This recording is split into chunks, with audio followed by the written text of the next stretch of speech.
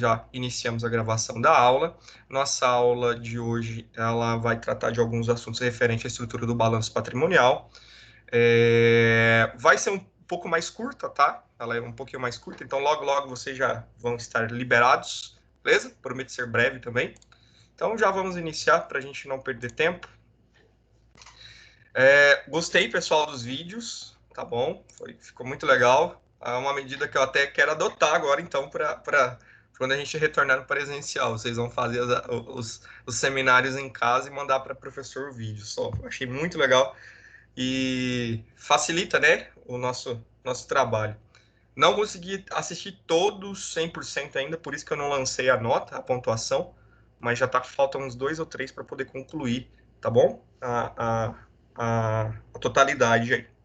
Márcio, Beleza? para mandar Oi? os vídeos? Não Oi? sabe, não. Desculpa, Daniel, não ouvi. Eu não sabia que era para gravar o vídeo da Você não apresentação. sabia? Tu não tá no grupo? Não, eu tô no grupo. Passou batido. Eu Beleza. pensei que ia ser hoje. Se você quiser gravar e me mandar ainda, dá tempo, tá? Posso mandar hoje, então? Pode mandar. Grava aí, manda o link para mim, ou no YouTube, ou no Google Drive, ou no próprio WhatsApp mesmo, né? Você Tá, e tua dúvida. tá Já ok. me ajuda. Tá ok. Beleza? Obrigado, hein? É que passou Ah, batido mesmo, não sabia, não. Eu vou dar uma tranquilo, olhada aqui se eu tô no grupo. tranquilo. Valeu, obrigado. Sem problemas. Valeu. Só que uma coisa, né? Vai valer menos, tá? Já deixa claro. Não, Beleza? Vai tranquilo. valer menos. Beleza. Então, moçada, vamos lá. Nossa unidade 1 ainda, né? Para poder finalizar, nós vamos falar um pouquinho sobre a estrutura do balanço patrimonial, certo? Que é algo que vocês já estão, né, mais habituados, né? A grande maioria, pelo menos, já está mais habituada com relação a essa demonstração contábil obrigatória, né? Obrigatória e particularmente a demonstração contábil que corresponde, que representa aí a totalidade das empresas, né? Então, todas as empresas, independente do tamanho e estrutura, elas têm que ter o balanço patrimonial, é o suprassumo do verão, ali a cerejinha do bolo. A demonstração contábil, uma das mais importantes, né? Com relação à estruturação de patrimônio, né, de uma entidade, de uma empresa, e ela traz diversas informações, diversos dados aí para a apresentação da demonstração e a apresentação dos dados empresariais, beleza? Vocês já estão, com toda certeza, mais habituados, né, com o balanço patrimonial, e a estruturação dele, né, da forma nova, vigente, né, da forma que nós conhecemos. Vocês já trabalharam isso na, na apresentação da atividade, né?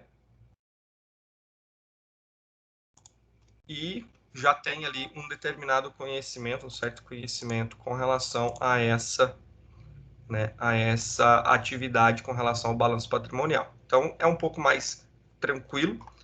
A disciplina que ela tem uma obrigatoriedade, ela vem aí de um rol de disciplinas, né, com a contabilidade intermediária, depois ela entra na estrutura, depois da estrutura nós vamos para análise, e aí ela fecha o ciclo das demonstrações contábeis, que são o produto do nosso trabalho, certo? Então, para que nós iniciemos aqui, vou pegar o meu marcador. Então, a lógica da elaboração das demonstrações contábeis, ela está na apresentação dos fatos ocorridos na entidade. Então, o que são os fatos contábeis? É toda a movimentação que acontece dentro da empresa, certo? E às vezes fora também, mas toda a movimentação que tenha um cunho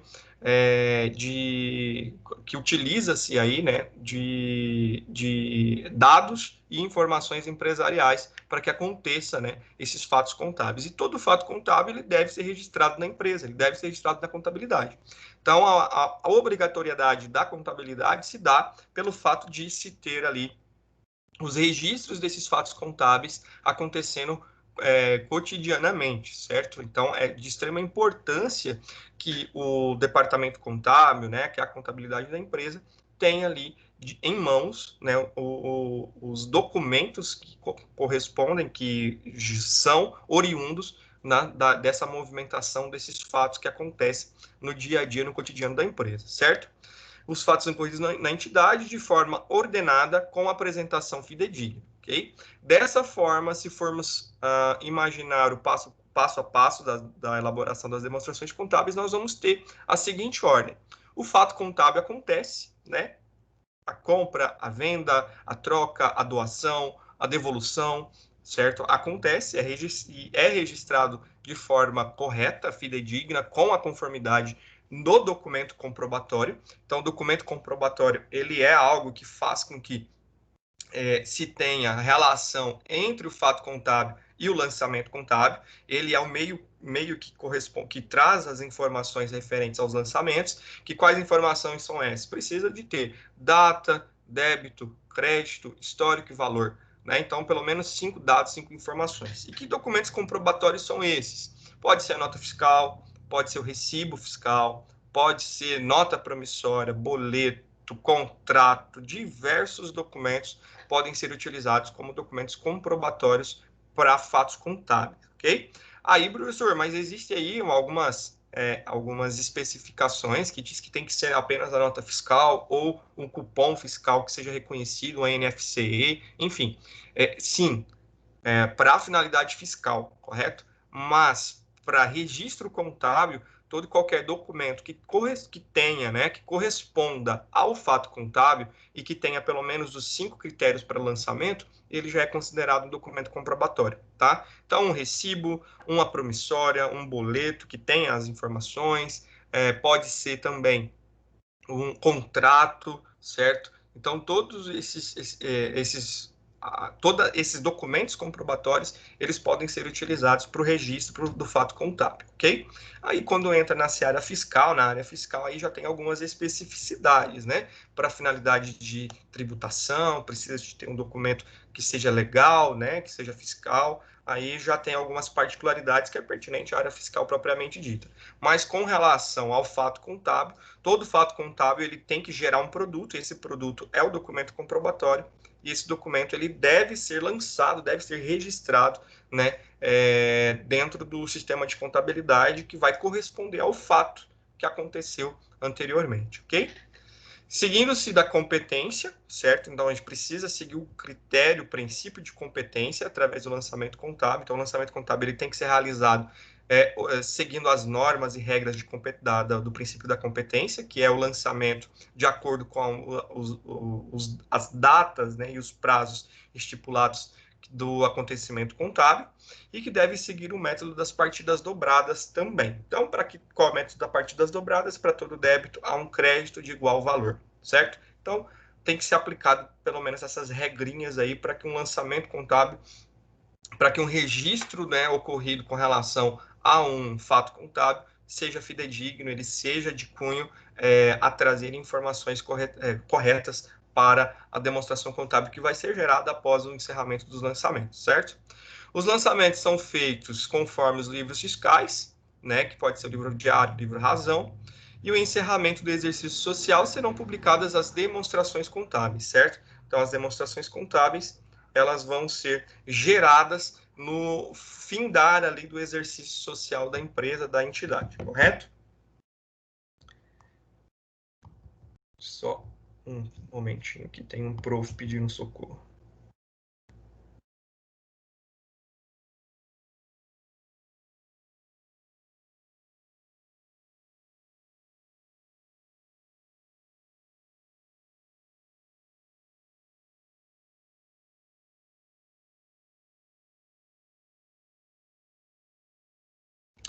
Beleza? Cada demonstração tem a sua estrutura, né? Ela tem uma forma, ela tem uma maneira de ser elaborada, uma estruturação que estão previstas no CPC 26, como nós já vimos. Então, para que esse registro contábil seja de fato realizado e para que ele me gere informações pertinentes ali para a demonstração contábil, existe um passo a passo, certo? Que é o que a maioria de nós já estamos habituados, né, com relação a esse tipo de trabalho. Então, primeiro fato, né, o fato gerador, certo? né, o acontecimento do fato contábil. O acontecimento do fato contábil, ele é o fato gerador para o lançamento contábil, então ele é a informação base. Então precisa acontecer o fato contábil, que pode ser uma compra, pode ser uma venda, uma devolução, uma troca, uma perca, uma doação, enfim, diversos fatores. Esse fato contábil, ele vai ter um produto, certo? Esse produto do fato contábil é o documento comprobatório, que é qualquer um desses que nós já discutimos, pode ser nota fiscal, pode ser recibo, pode ser contrato, pode ser qualquer tipo de documento que me tenha as informações necessárias para a realização do próximo passo, que é o lançamento contábil, certo? Então, de posse do documento comprobatório, nós passamos aí para o lançamento contábil. O lançamento contábil ele consiste, né, no registro desse documento e desse fato contábil no sistema de contabilidade, que tem que conter as informações básicas necessárias, né?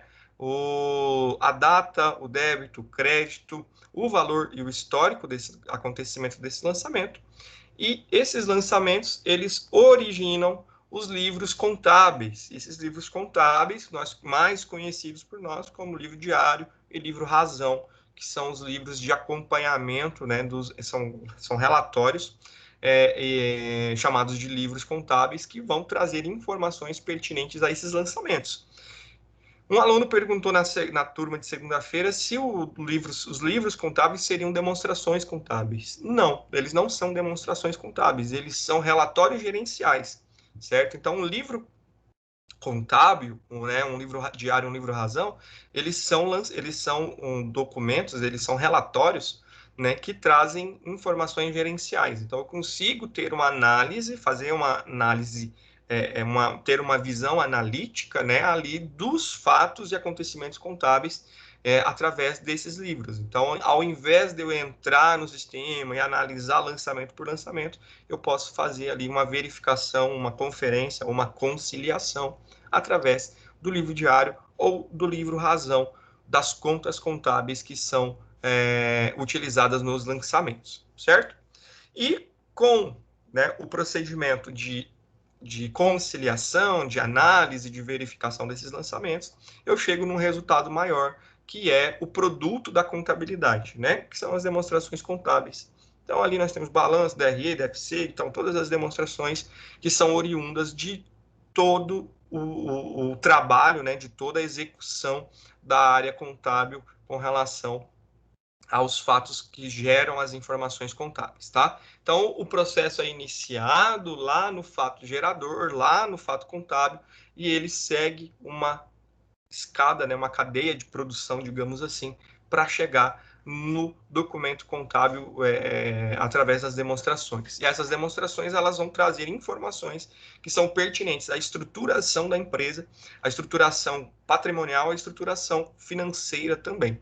Então, essas informações são de extrema relevância, de extrema importância para a tomada de decisões de quaisquer que sejam os usuários da contabilidade que estarão de posse desses documentos, ok?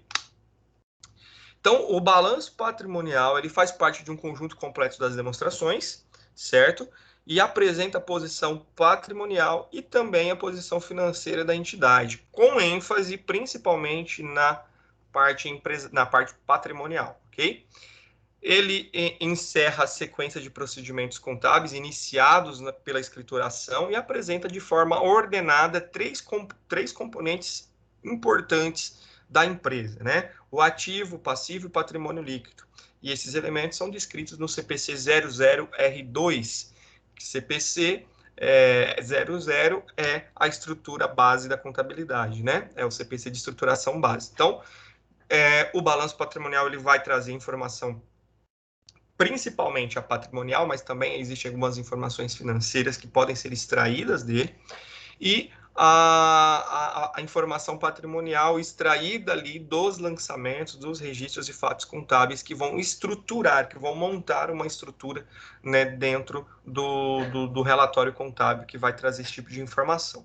Então, é uma construção. Se vocês pararem um pouquinho e imaginarem uma empresa iniciando ali suas atividades e tendo os seus primeiros registros de compra, venda, né, de imobilização, de aquisição de equipamentos, de aquisição de materiais para venda, para revenda, de fornecedores. Então, a gente começa a materializar a estrutura do balanço patrimonial, a estrutura contábil da empresa. Então, quando a gente já tem um pouquinho mais de experiência, assim como nós temos, né, vocês que já estão um pouquinho mais avançados, já trabalham, já estagiam na área, a gente já consegue visualizar isso de forma muito mais clara. Então, quando você recebe um documento comprobatório de uma venda, automaticamente na sua cabeça ali, você já consegue gerar todas as informações que vão impactar lá no balanço patrimonial. Então, você já sabe que vai gerar ali um lançamento no ativo, que esse lançamento ele vai ser um lançamento de direito, que vai gerar um lançamento lá na receita, que essa receita ela vai ser utilizada para poder alimentar o meu caixa, o meu banco. Então, automaticamente a gente já vai criando, né, mentalmente essas informações, certo? Eu não sei se com todos vocês funciona assim, mas comigo funciona perfeitamente. Então, no momento que nós pegamos ali um documento para poder fazer a contabilização dele, o lançamento dele, automaticamente a gente já começa a contar ali, como eu disse para vocês, né? Todo documento ele conta uma história, né? E no momento que você pega ali e começa a estudar aquele documento, automaticamente as coisas já vão se encaixando, né, dentro da nossa cabeça, e a partir daí a gente já vai para o sistema contábil para poder efetivar, né, de fato, esse lançamento. Então, quando você pega uma empresa que está iniciando os trabalhos ali, que tudo é muito novo, que tudo está se estruturando ainda, automaticamente a gente já se materializa a estrutura disso, né? Os primeiros lançamentos de ativos, os primeiros lançamentos de passivo, as primeiras receitas e despesas que são lançadas. Geralmente, a primeira coisa que se lança são as despesas, né? Mas depois as receitas vão entrando para poder suprir essas despesas que já estão lançadas e começa a gerar caixa. Enfim, a estruturação toda ali ela começa a acontecer, tá? É bem interessante esse momento. Você se lembra do objetivo das demonstrações contábeis? Qual que é esse objetivo? Que é de fornecer aos usuários dados úteis para a tomada de decisão? Então, o principal objetivo do balanço patrimonial, ele é justamente isso, trazer informação para a tomada de decisão, assim como todas as demais demonstrações. Mas especificamente hoje, trabalhando no balanço patrimonial, ele tem essa característica de trazer informações comparativas, inclusive, né, da evolução patrimonial, da evolução que a empresa tem com relação à sua estrutura patrimonial. Então, é super interessante, né, conhecer essa estrutura e saber se, principalmente quando nós pegamos aí um balanço de uma empresa que veio de outro contador para a gente, ou que a própria contabilidade era interna, muitas vezes, e passou a ser nossa, a gente consegue automaticamente já visualizar e entender que algumas coisas estão divergentes, né? Não vou utilizar a palavra incorreta, mas divergente daquilo que de fato deveria ser. Então, você consegue observar numa classificação de contas que ela está alocada no local errado. Você consegue observar o nome de conta que não deveria ser daquela forma, deveria ser de outra, por conta das estruturações do CPC, estruturação base do CPC 00.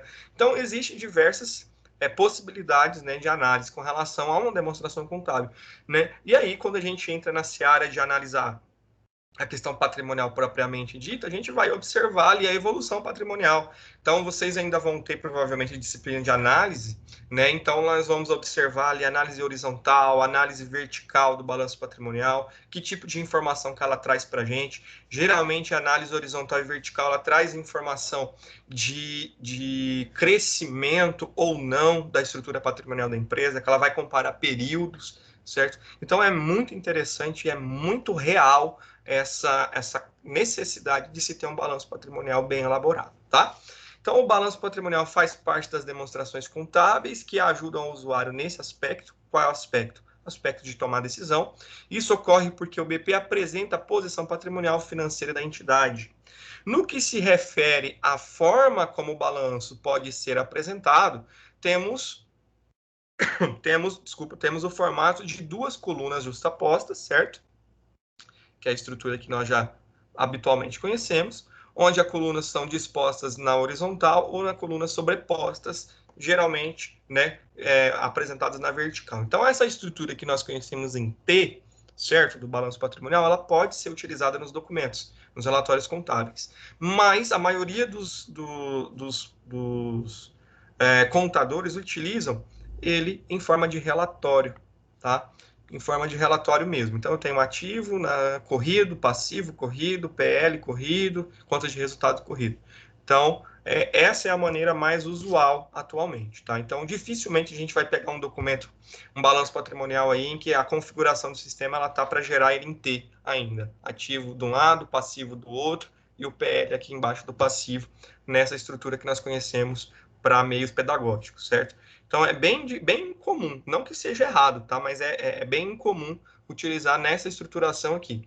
É muito mais fácil e limpo um relatório que ele segue a ordem aqui na vertical, tá bom? Vocês trabalham com... Algum de vocês trabalham com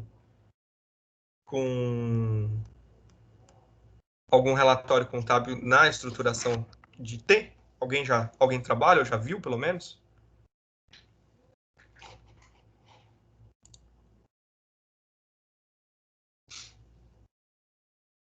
Alguém? Tem alguém aí? Não, professor. Não, só em relatório mesmo. Só relatório, beleza. Thalia, você tá lá na Alcoad, né? Eu saí de lá. Ah, tá. Beleza. Agora eu tô no W. Tá no W? Beleza. Vai ver bastante disso. Muito bom. Tô sofrendo. Faz parte. Mas você vai aprender muito. Pode ficar tranquila. Isso é muito legal. Certeza. Muito bom. Parabéns. Show. Obrigada. Valeu. Então, pessoal, a estrutura do balanço patrimonial, né, ela deve ser apresentada, ela é apresentada pela 6.404, como nós já batemos muito em cima disso, e estruturada também, né, com as normas internacionais de contabilidade através do CPC 26, tá bom? A apresentação das demonstrações diz claramente que não prescreve a ordem ou o formato em que deve ser realizada a apresentação no balanço, das contas no balanço, que é isso que nós acabamos de discutir, então não é obrigatório apresentar ele em relatório corrido e também não é obrigatório apresentar ele em formato de T, mas o que deve ser levado em consideração é a ordem legal instituída no Brasil, né, da classificação das contas. Então, eu não posso ter o caixa antes do banco, eu não posso ter os investimentos em cima do caixa, enfim, tem que seguir a ordem que o nosso CPC 26 traz com relação a isso.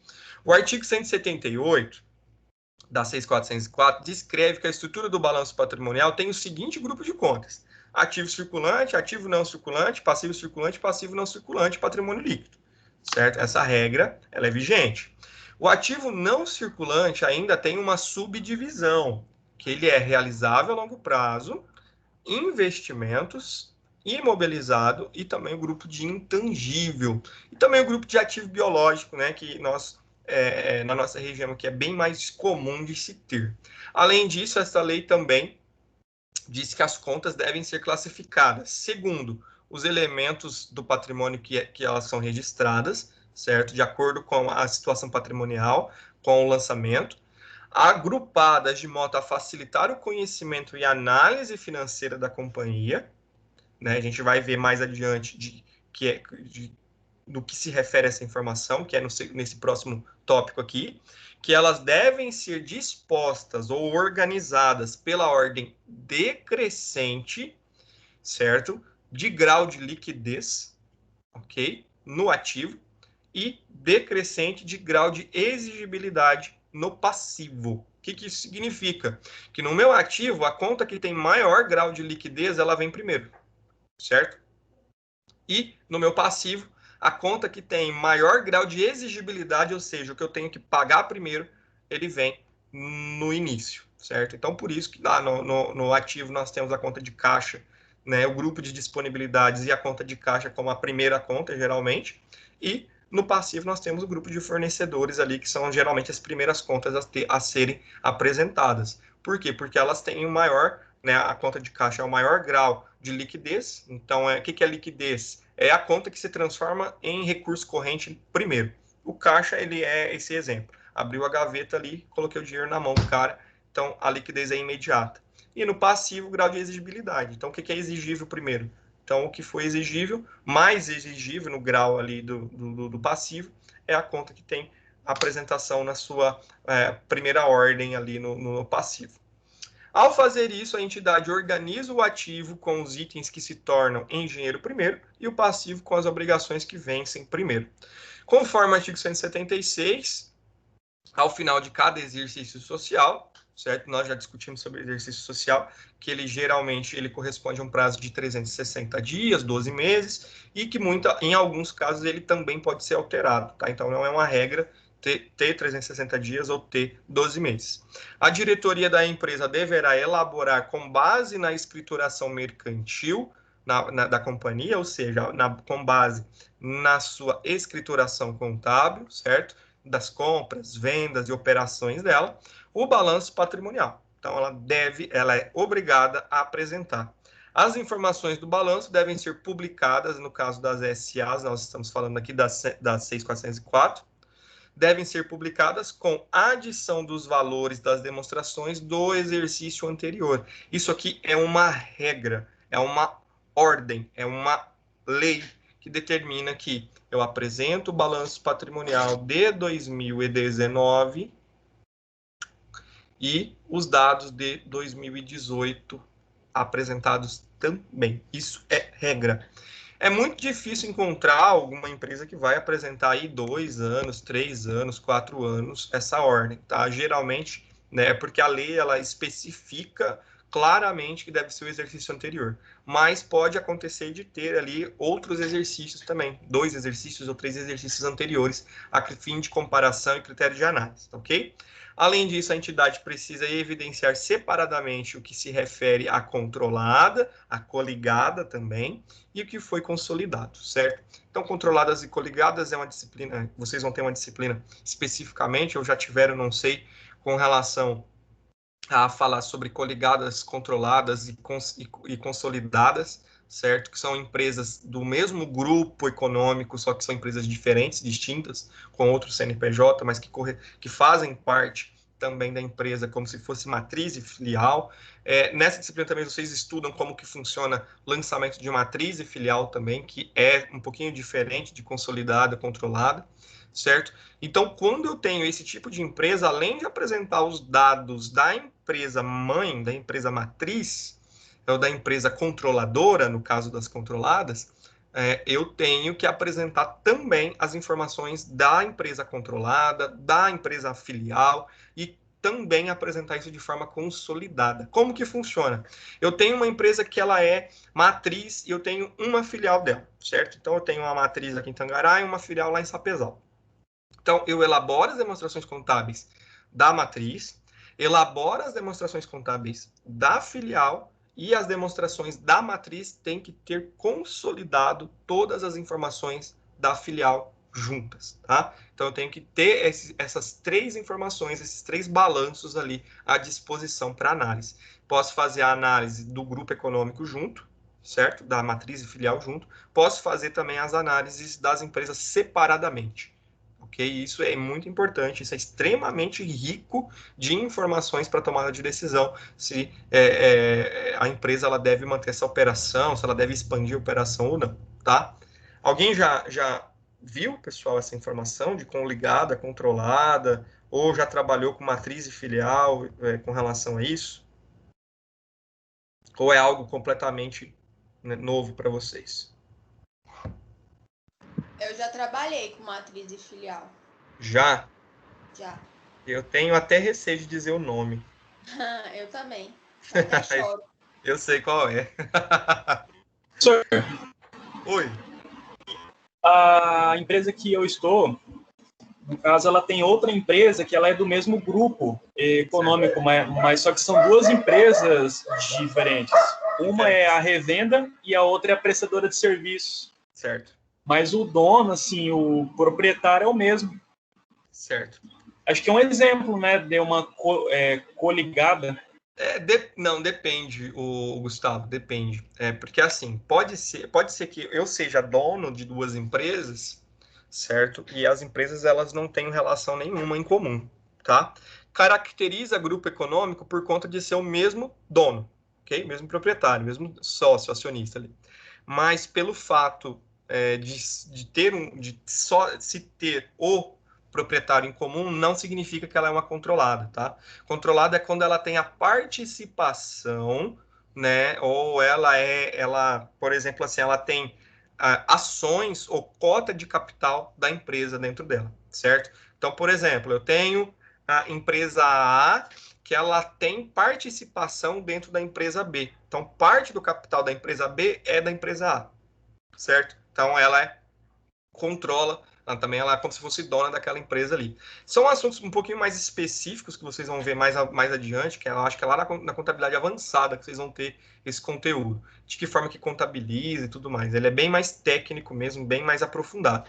Mas de regra geral, é mais ou menos isso. O que pode acontecer, eu não sei no seu caso, Gustavo, pode ser que seja uma matriz e filial, certo? É o mesmo dono, ela tem o mesmo CNPJ, só que a filial ela tem um CNPJ um pouquinho diferente, que ela traz a característica ali de ser filial, aí a contabilização é realizada toda na matriz, tá? Então, o CP tem um CPC específico para isso, que diz que todos os lançamentos contábeis da filial eles devem ser realizados na empresa matriz, e a consolidação dos relatórios contábeis devem ser feitos pela matriz também, tá bom? Mas pode ser que seja, daí teria que ver contrato, Gustavo, teria que ver como é que funciona a estruturação dela lá.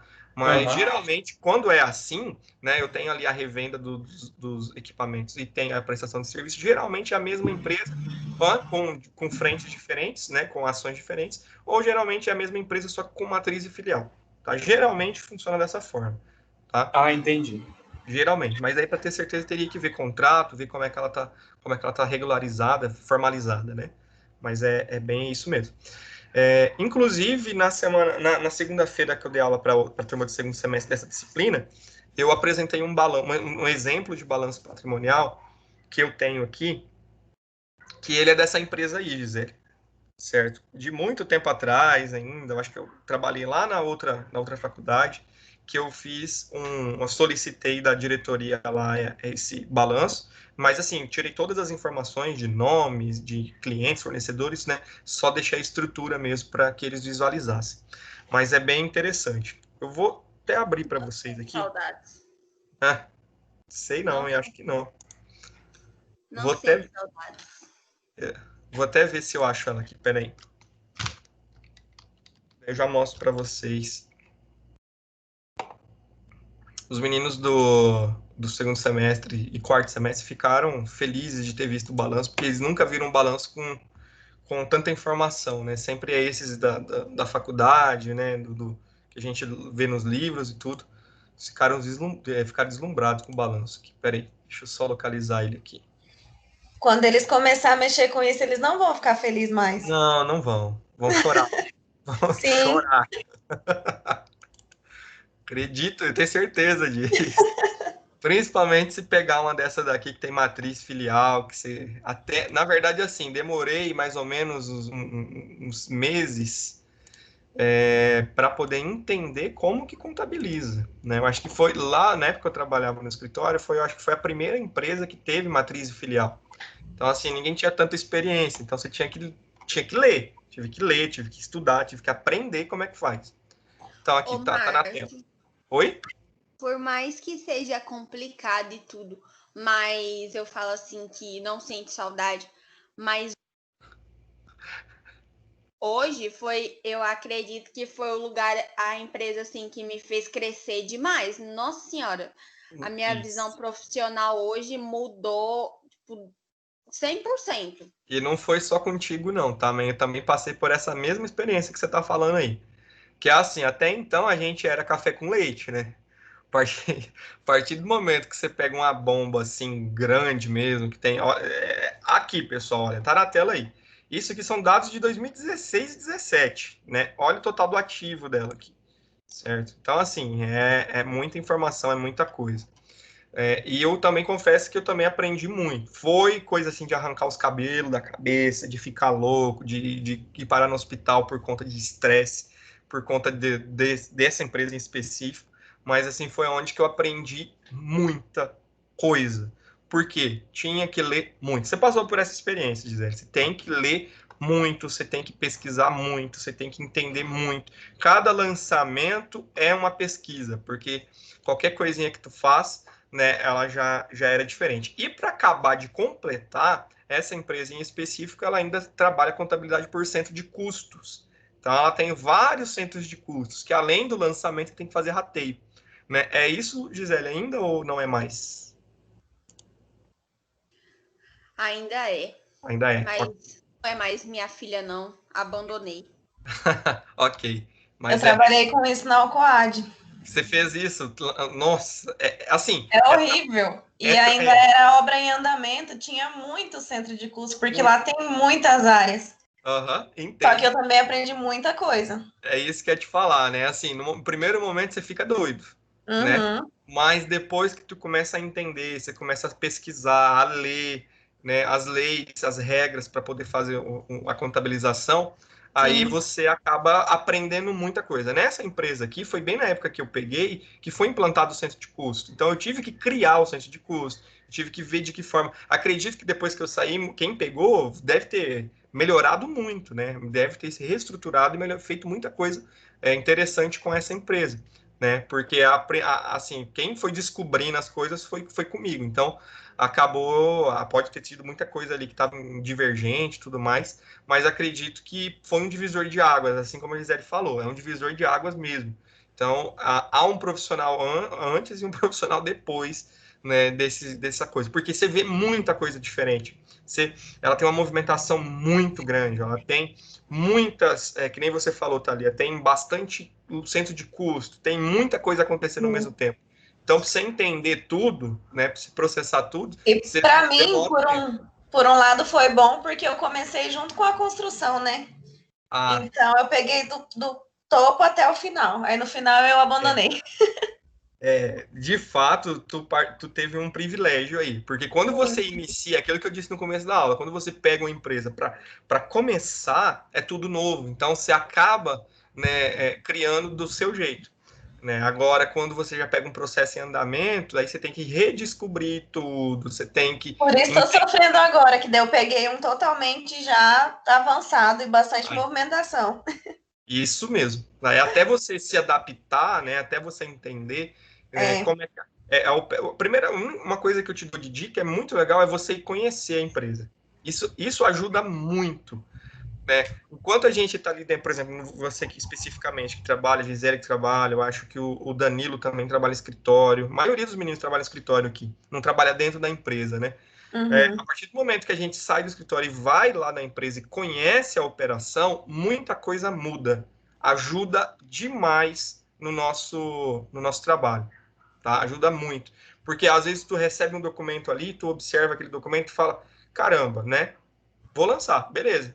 Mas se você conhece a operação, se você foi lá ver, né? Se você, que eu vi algumas coisas suas que você é na obra e tudo mais. Então, sim, eu estava lá direto. Então, a partir disso você já consegue separar as coisas. Não, isso aqui, ó, essa nota, essa compra é daquilo lá. Então, isso aqui vai para esse centro de custo. Isso aqui eu vou lançar dessa forma porque eu sei o que aconteceu.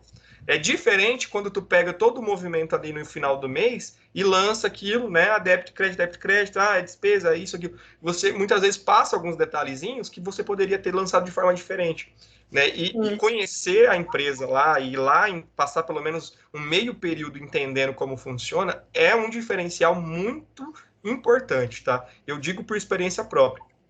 Eu tive uma indústria que eu cuidei quando eu trabalhava no escritório, que era muito problemático, muito problemático, muito problemático. Ninguém queria fazer, todo mundo tinha medo do dono, era uma coisa muito assim, sabe, bem surreal. E a partir do momento que eu comecei a ir lá, comecei a entender, é uma indústria, então eu precisava entender o processo produtivo, precisava entender como é que ela funcionava.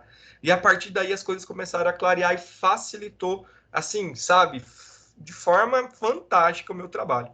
Porque daí eu sabia o que era custo, eu sabia o que não era custo, o que era insumo, o que era prestação de serviço, porque ela também prestava serviço. Eu descobri o que era material para complementação do produto que eles faziam. Então, assim, tinha muitas coisas que ele lançava errado porque a gente não conhecia o processo. A partir do momento que você conhece o processo, melhora demais a sua visão. É muito legal.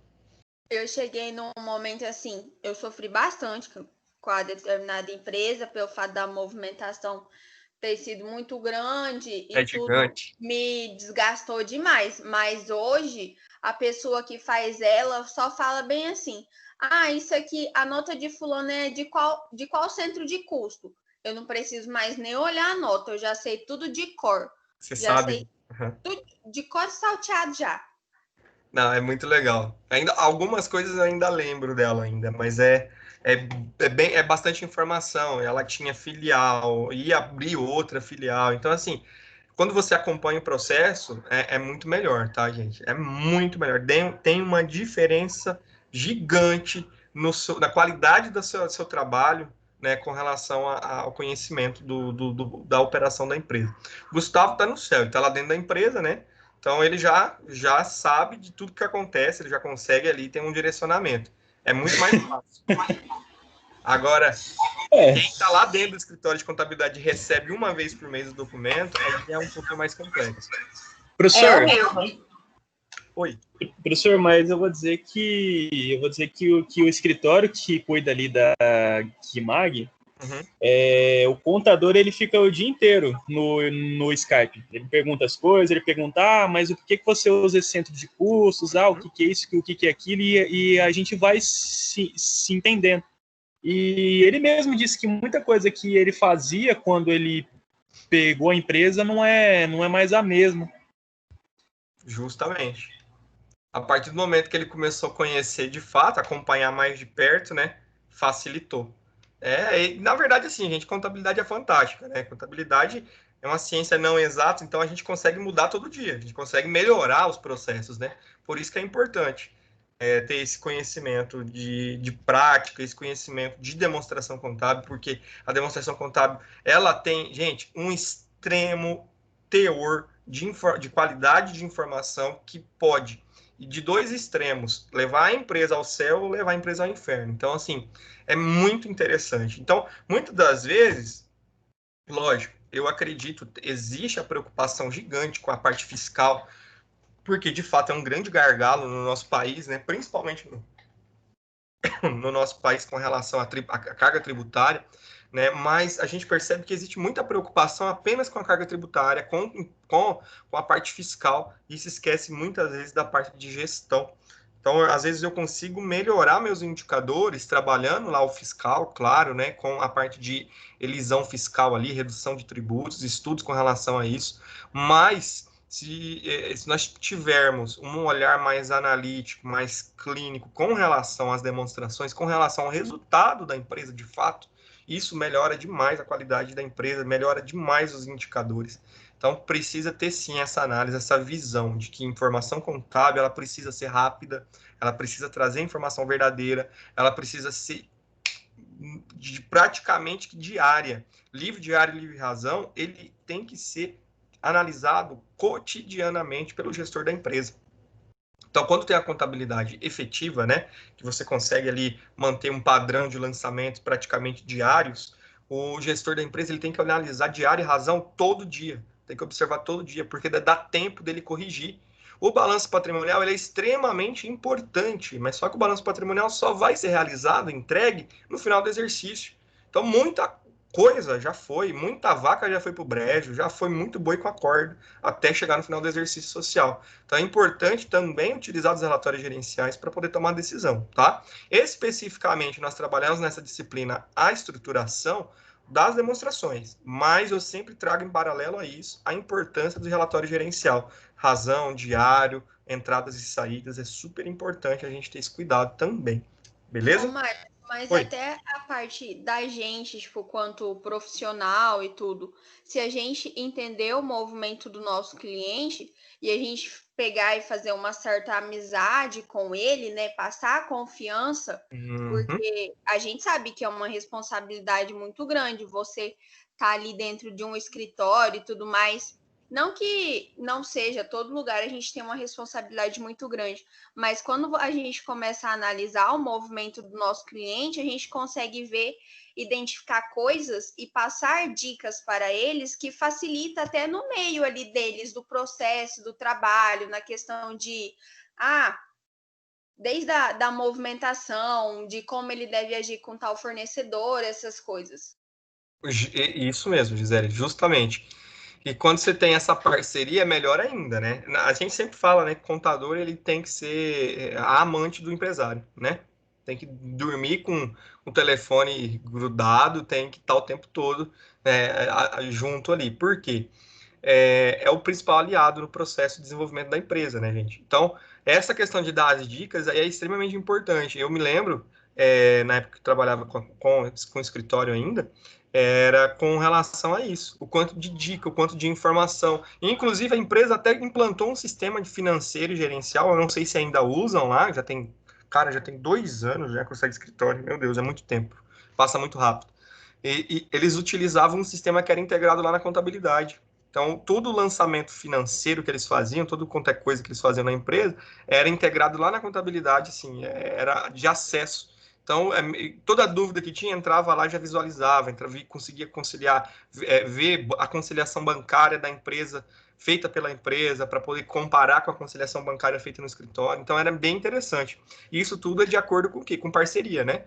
E fazer reunião, e sentar, e conversar, ó, vamos melhorar isso, vamos melhorar aquilo, ó, esse processo que você está fazendo está errado, né? Já eu lembro, já mandei e-mail para cliente com texto gigantesco, inclusive citando lei, citando norma, regra, que não podia fazer daquela forma, né? Então, assim, é bem interessante essa parceria, esse trabalho em conjunto, porque muitas vezes o cliente ele bate cabeça querendo fazer de uma forma que ele acha que está certo, e muitas vezes lá para a gente não tá. E muita gente faz vista grossa, vê que está errado, mas dá nada não, vamos lançar aqui de qualquer jeito e pronto. E muitas vezes o cliente ele vai ser prejudicado, ele não sabe. E o grande problema no Brasil, né, que ia até falar um negócio, que o grande problema do Brasil é o brasileiro, né, mas não é isso não. O grande problema no Brasil é que a maioria dos empreendedores, dos empresários, eles não têm base estrutural nenhuma para ter um empreendimento.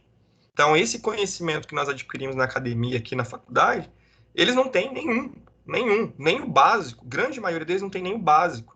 Né? Depois que está acontecendo, que alguns ainda botam o moleque para estudar administração, para estudar contábeis, ou ele mesmo vai fazer um curso de aperfeiçoamento para poder gerir o negócio. Mas depois que muita água já rolou debaixo da ponte. Então, o nosso papel de orientação, o nosso papel como contador é muito mais de orientação do que o trabalho físico, né? Porque a gente sabe que o trabalho físico, ali, o lançamento, está ficando cada vez mais automatizado. Né? E graças a Deus, né? Essa automatização tem facilitado demais o nosso lançamento.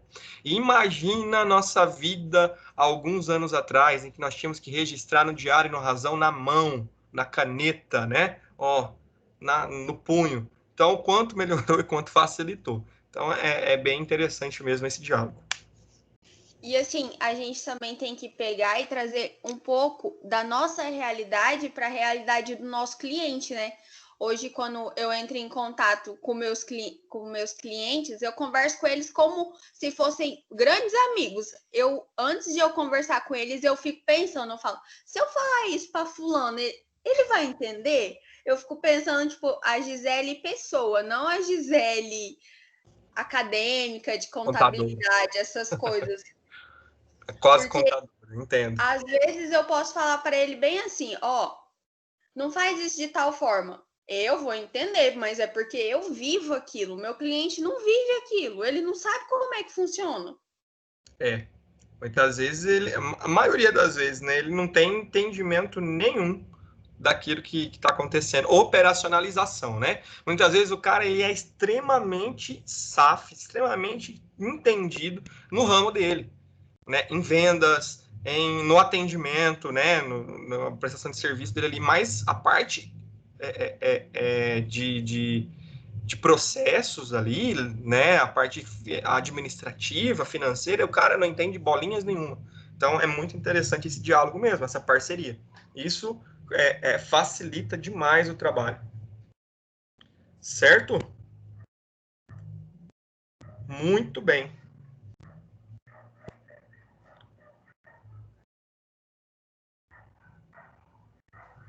Ajudando um prof aqui. Tudo certo. Acho que tá todo mundo dando aula, eu acredito. Beleza? Então, pessoal, sigamos. Estruturação aqui de controlada e coligada, certo? Então, eu apresento o ativo, o passivo na mesma estrutura. né? Aí eu tenho a informação da controladora, certo? Da empresa que ela é, de fato, a empresa que controla a outra, e ela tem a informação consolidada, que vem as informações lá da empresa controlada, beleza? E assim para o passivo, e dentro dessa mesma estruturação, nós temos ainda a apresentação do ano 1 e do ano 2, tanto para ativo quanto para passivo. Então, dentro da empresa controladora, eu vou ter as informações dela, empresa controladora, e vou ter as informações da controlada consolidada. O que é isso? Vai somar, tá? Vai juntar. E ainda apresento os 2 anos, né? O ano vigente mais o ano anterior, o exercício anterior, como forma de atender a legislação vigente. E, gente, de fato, né? Por que me adianta eu pegar um balanço patrimonial que tem informação só desse ano? Eu vou olhar lá, beleza, meu ativo é 8 milhões, meu passivo é 8 milhões. Tá, e aí?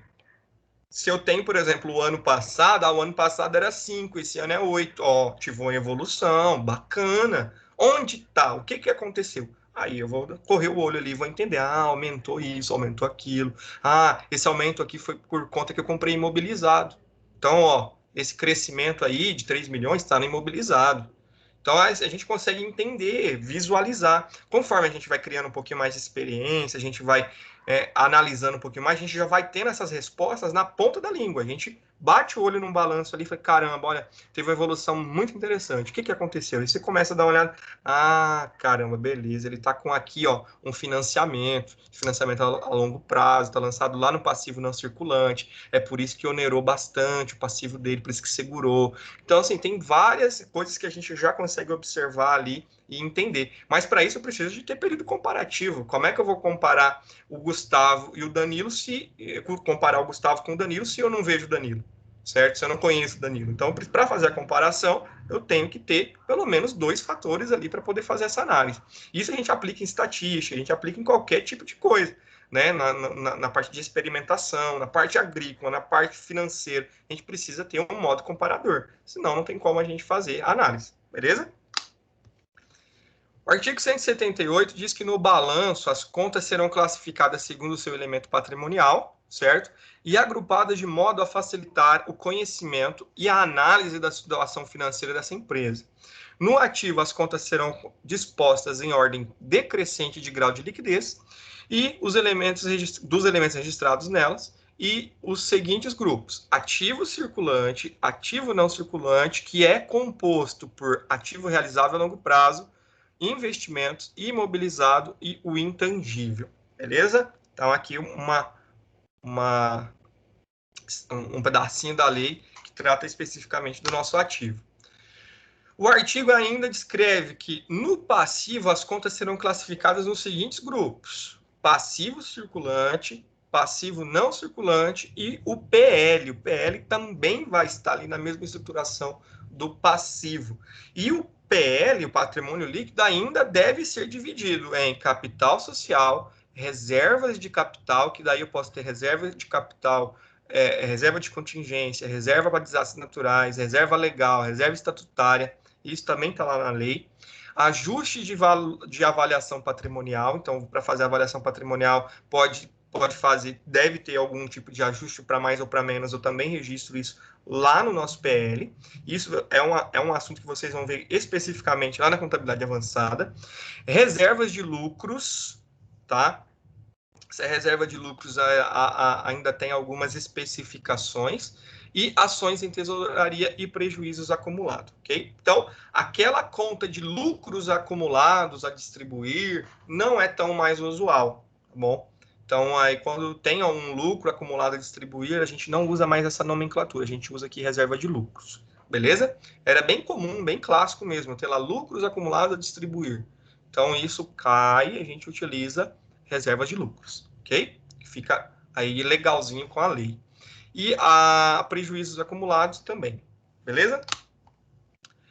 O CPC 26 não descreve a ordem ou formato que deve ser realizado e apresentado as contas no balanço, mas a ordem legal é instituída no Brasil pelo CPC e ele deve ser classificado em ativo circulante, não circulante, passivo circulante, não circulante e o patrimônio líquido de acordo com esse esquema aqui, certo? Então, nosso ativo circulante, o nosso passivo circulante, o nosso ativo não circulante, que é composto pelo realizável a longo prazo.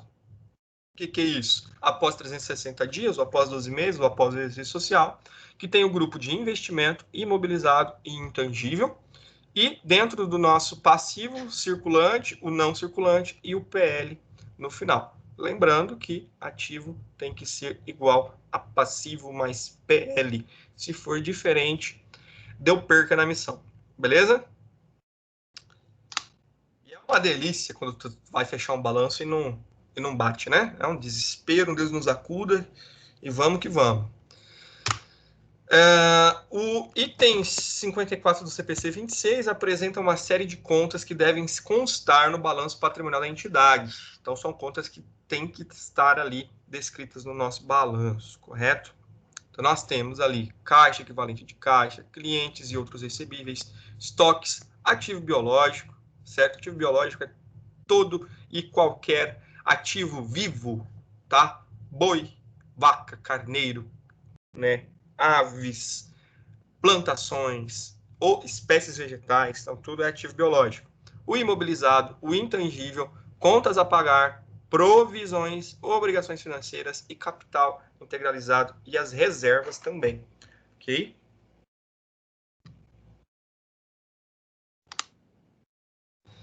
Essas contas podem ser agrupadas, como é o caso das contas de disponibilidade. Então, eu tenho lá no meu grupo de ativos circulante o primeiro grupo de contas de disponibilidade, tem caixa, banco, aplicações financeiras de curto prazo, certo?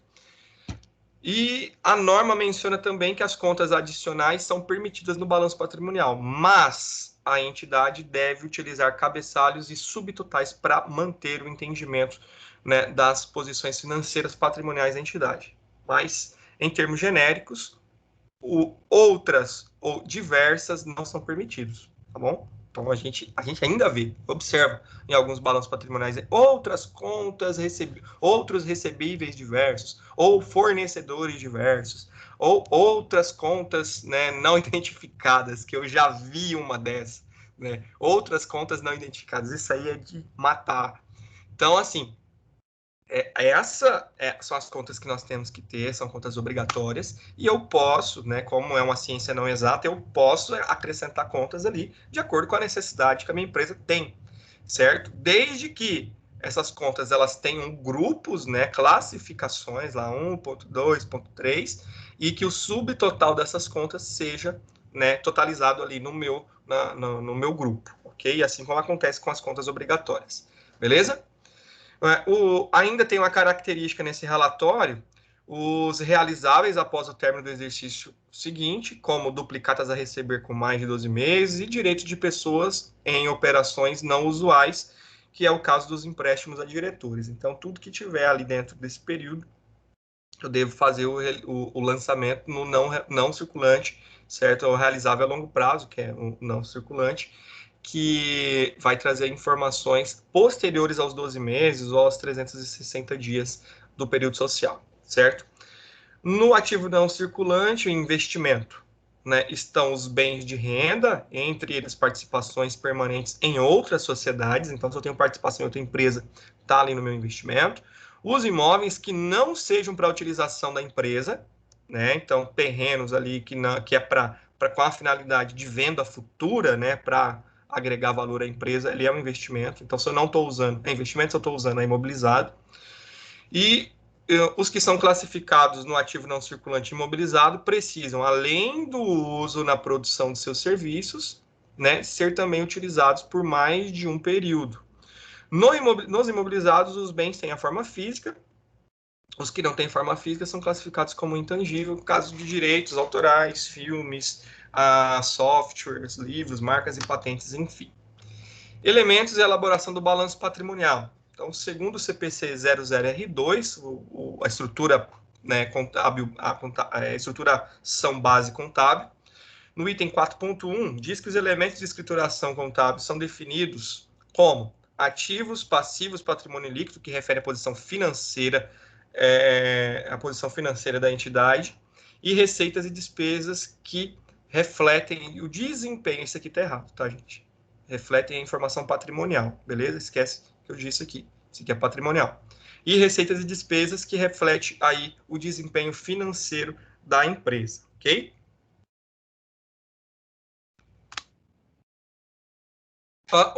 Os elementos aqui ainda do nosso balanço. O ativo, recurso econômico presente controlado pela entidade ou resultados de eventos passados. Passivo, obrigações presentes da entidade de transferir o recurso econômico como resultado, né, de eventos passados, no caso aqui das vendas e aqui das compras.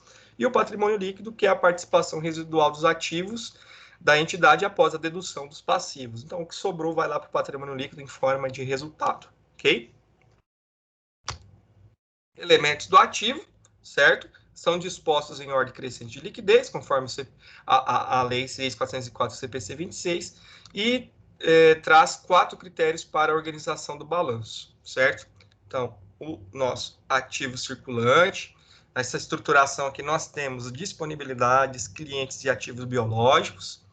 O ativo não circulante com realizável a longo prazo, com ativos biológicos, a grande maioria, né, aqui nós classificamos em ativos biológicos, por exemplo, de plantas perenes, que são de longo prazo, entra aqui no não circulante, as que são de curto prazo, por exemplo, plantação de soja, milho, algodão, entra no biológico de circulante, que ele tem ali um ciclo vegetativo menor, né, ou seja, ele tem menos tempo para produção, então ele vai acontecer dentro do ano ainda. Os investimentos com as participações em coligadas ou controladas, então participação em outras empresas. O imobilizado, né, e o intangível, como as marcas e patentes e os bens táteis palpáveis. Nós temos no passivo os empréstimos, financiamentos e provisões, certo? Isso aqui é extremamente importante, muita gente às vezes esquece de fazer.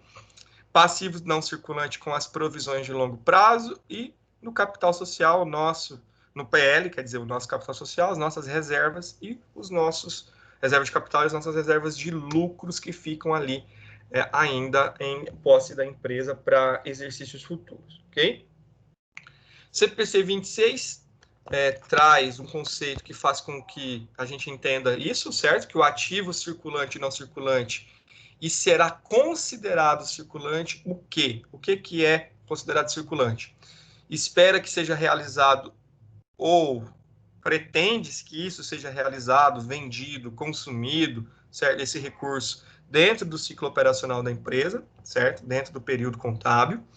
Está mantido essencialmente para o propósito de ser negociado, certo? Então, por exemplo, lá, o terreno, se ele tem um propósito para utilização na operação da empresa, ele é considerado um ativo circulante. Se ele não é, ele vai para o investimento, então é no não circulante. Espera-se que seja realizado até 12 meses após a data do balanço, então, né, dentro do curto prazo. É caixa ou equivalente de caixa, obrigatoriamente é circulante, tá? E, a menos que a sua troca ou uso se encontre vedada durante o período dos 12 meses, certo? Após o balanço. Todos os demais ativos devem ser classificados como não circulantes. O que é isso? Se eu tenho um caixa, um equivalente de caixa, como por exemplo, eu tenho um bloqueio judicial, e esse bloqueio judicial não vai sair com 12 meses, eu já jogo isso lá no não circulante, tá? Então, são esses alguns casos, são esses os casos que pode acontecer de ter caixa equivalente de caixa jogado lá no não circulante, beleza? Mas, por via de regra, é circulante. Tranquilo? Então, realizável a longo prazo. Contas que devem entrar em liquidez somente após o encerramento do próximo exercício. Os investimentos são as participações permanentes em outras sociedades ou direito de qualquer natureza. Então, um investimento propriamente dito em aplicações financeiras que seja de longo prazo também é correspondente. E no caso aqui de direitos de qualquer natureza, que não se diz respeito à manutenção da atividade empresarial, certo? Então, que seja de fato para levantar recursos, né, de investimento para a empresa. Imobilizados, bens corpóreos utilizados na atividade operacional da empresa, que se não for utilizado, se é um bem corpóreo e não está sendo utilizado na atividade operacional, ele é um investimento, tá? Então não é classificado como imobilizado. E o intangível, que são os bens que não possuem matéria física, certo? Sem forma física, portanto, devem ser classificados no intangível, que é um grupo dentro ali do nosso ativo não circulante, ok? Isso é tranquilo, a maioria de vocês já está careca de saber disso aí. Elementos do passivo, então mais vale a pena relembrar, né? E quem não sabe, é bom para poder aprender. Os elementos do passivo são dispostos também por ordem decrescente, só que de exigibilidade, e é previsto também na 6.404. Gente, como eu disse para vocês lá no primeiro semestre, segundo semestre, 6.404 vai seguir a vida de vocês até o final, beleza? Até o final. A não ser que vocês mudem de profissão, mas até o final vocês vão ter a Lei 6.404 aí na veia de vocês. Serão divididos em circulante e não circulante também, então a mesma regra aplicada ao ativo.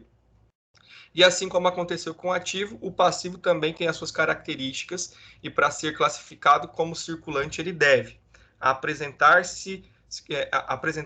espera-se, que seja liquidado durante o ciclo operacional, está mantido essencialmente para a finalidade de ser negociado, mesma característica lá do ativo, deve ser liquidado no período de 12 meses, a entidade tem o direito incondicional de diferir a liquidação do passivo durante pelo menos 12 meses após a data do balanço, então deve ser consumido.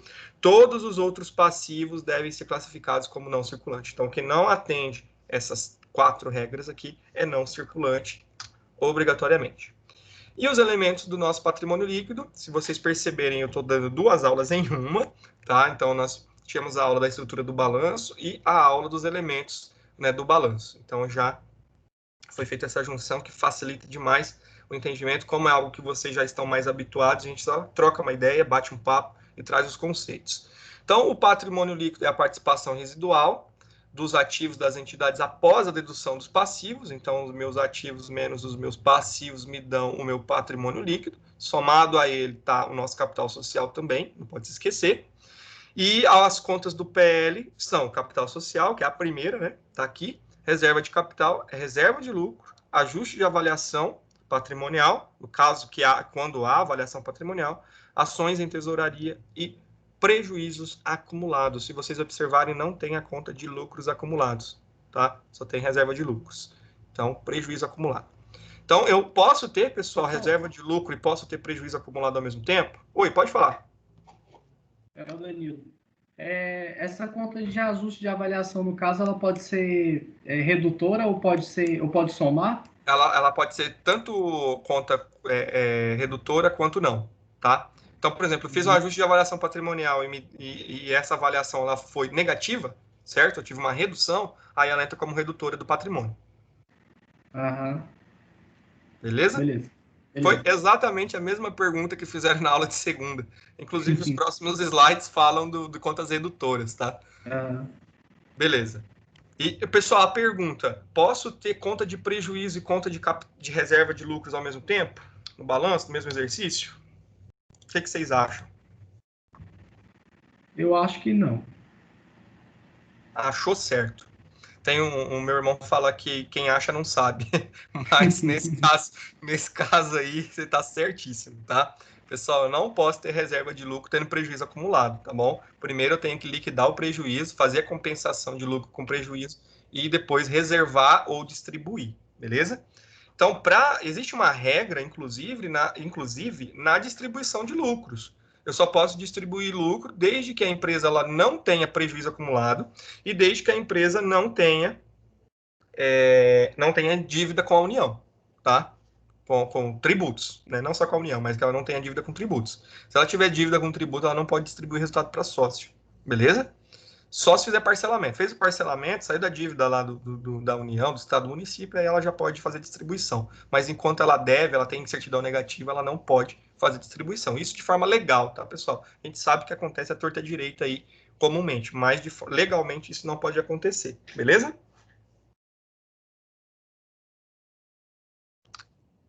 Vamos para o próximo.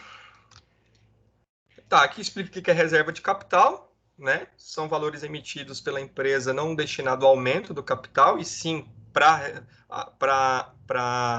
ter uma segurança, certo?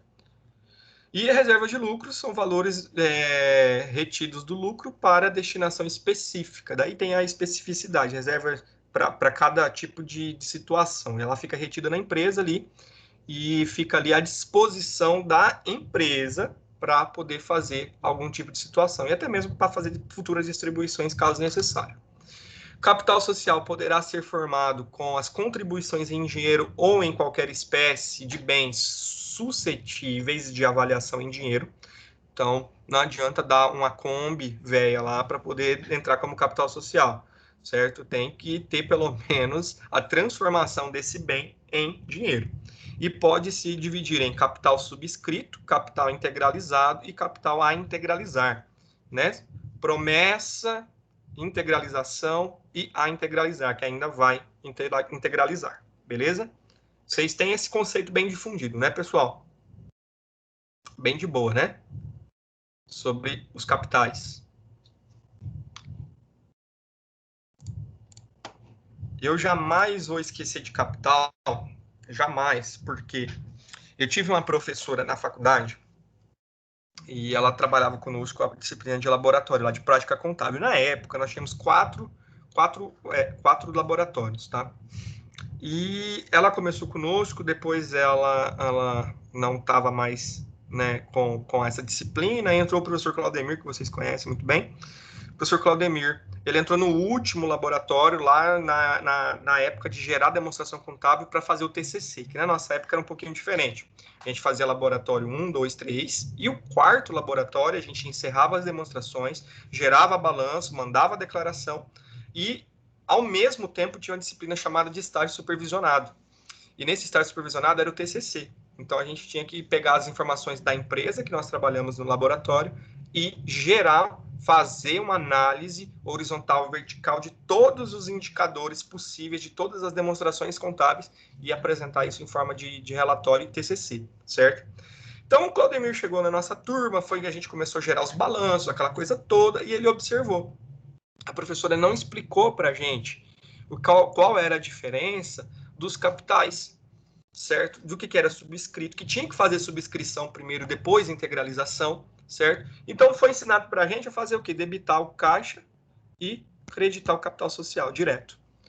Aí eu lembro muito bem, né? A gente teve que refazer todos esses lançamentos lá no final da faculdade. E eu lembro que a gente ficou putaço da vida com essa professora e nunca mais esquecemos qual era a diferença entre capital subscrito, integralizado e a integralizar e como que é feito o lançamento, tá? Então, é bem interessante a gente passar, às vezes, uns perrengues para não esquecer, beleza? Conta capital merece sua atenção, porque existe uma diferença entre as contas. O capital subscrito é a promessa do sócio. O integralizado é o que já foi entregue, é o que o cara já prometeu e já pagou, já colocou na empresa.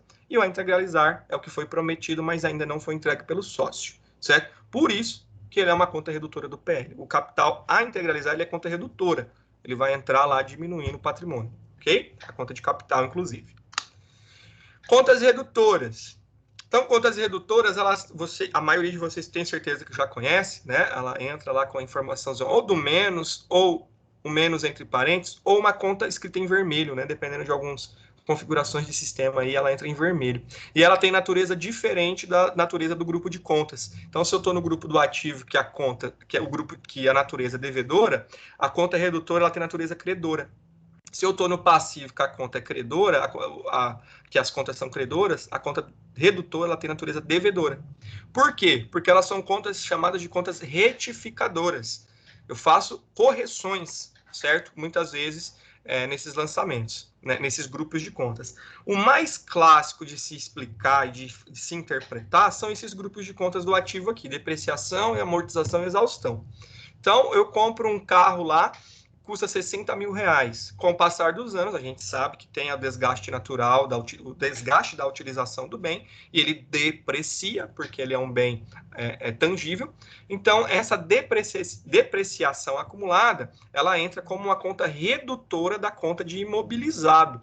Então, o veículo que ora custava 60 mil, ele vai deixar de custar 60 mil? Não. O registro do imobilizado é de 60 mil. O que vai mudar é o lançamento da depreciação na conta redutora. Então, digamos que ele diminuiu 5 mil. Então, eu vou lançar a depreciação aqui 5 mil, e ela vai reduzir a minha conta de imobilizado de 60 mil. Então, o total da minha conta de imobilizado de veículos vai ser 55 mil reais, certo? Então, o que reduz é o grupo de contas e não a conta do veículo. Tá? O veículo, ele vai ser os 60 mil o resto da vida, porque foi o que você pagou nele, certo? O que vai mudar aí são as contas redutoras de depreciação, amortização e exaustão para o ativo. Lá no passivo nós temos a depreciação acumulada, no patrimônio líquido, perdão, depreciação acumulada, a capital subscrito e ações em tesouraria que também pode utilizar esse grupo, e a conta, inclusive, de ajuste de avaliação patrimonial, que também pode reduzir o meu PL, ok? No passivo, existem algumas contas redutoras, principalmente lá no grupo de contas que é pertinente aos gastos com pessoal, certo? Contas, por isso que são chamadas de contas retificadoras, né? Contas para fazer correção. Então, houve um lançamento incorreto lá na conta de provisão. Então, eu posso fazer a redução dela, posso fazer a correção dela, a retificação na conta redutora. Então, eu posso acrescentar a conta redutora onde eu achar pertinente, né, para fazer uma retificação de um lançamento, né, a correção do lançamento, a correção de um grupo de contas que esteja ali de forma incorreta, beleza? Inclusive, lá deixa eu só ver, gente, a ITG 1000R2, eu acho que é a ITG 1000R2, que ela fala de como devem ser feitos os lançamentos contábeis para empresas de pequeno porte. Inclusive, lá diz que não pode excluir lançamento. Tá? Lá diz que não pode excluir lançamento, tem que fazer a retificação através de contas redutoras. Beleza? Elaboração do patrimônio, do balanço patrimonial, segue aqui o nosso ciclo, né? Fato contábil, escrituração, ajuste de saldos nas contas retificadoras, caso necessário, a apuração do resultado e a conciliação, e chego no nosso balanço patrimonial, que finaliza aí o nosso conteúdo, ok? Alguma dúvida?